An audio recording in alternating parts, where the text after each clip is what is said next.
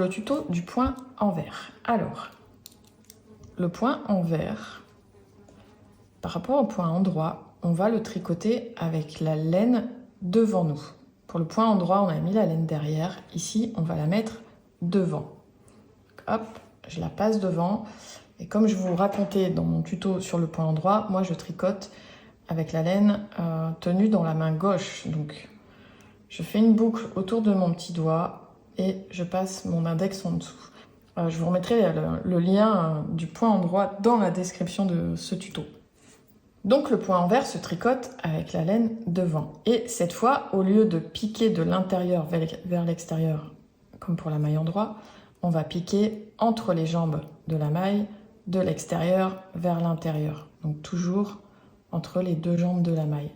De l'extérieur vers l'intérieur, on vient crocheter la laine. Encore une fois, je la tiens avec mon index droit, on la passe dans la maille et on laisse tomber sur l'aiguille droite.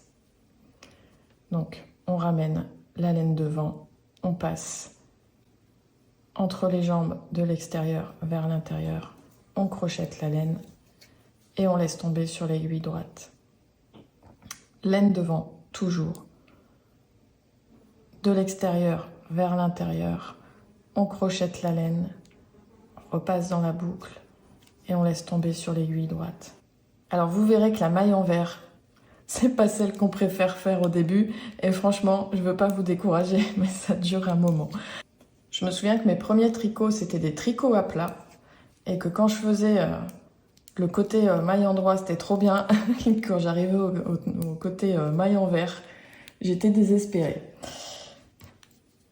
Mais il faut bien apprendre le point envers. Sinon, tant que vous tricotez à plat, vous ferez jamais que du point mousse. Bon, ça sera déjà pas mal, hein, vous me direz. Mais c'est quand même plus sympa de maîtriser le point envers parce que ça ouvre des nouvelles perspectives et plein d'autres points possibles. Et si je peux vous mettre un peu de baume au cœur, dès qu'on passe au tricot circulaire, tricot en rond, quand on veut faire du jersey, il n'y a plus que du point endroit à faire. Bon, ça je vous spoil un peu, on en reparlera plus tard.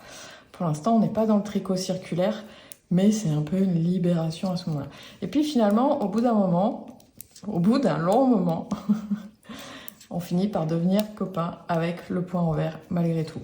Mais voilà, il faut s'entraîner. De toute façon, le tricot, on n'est pas là pour faire des trucs rapides. On est là vraiment pour prendre du plaisir et pour faire des choses avec nos mains. Hop, et voilà le rang de maille envers qu'on reconnaît à sa petite boule ici sous la maille.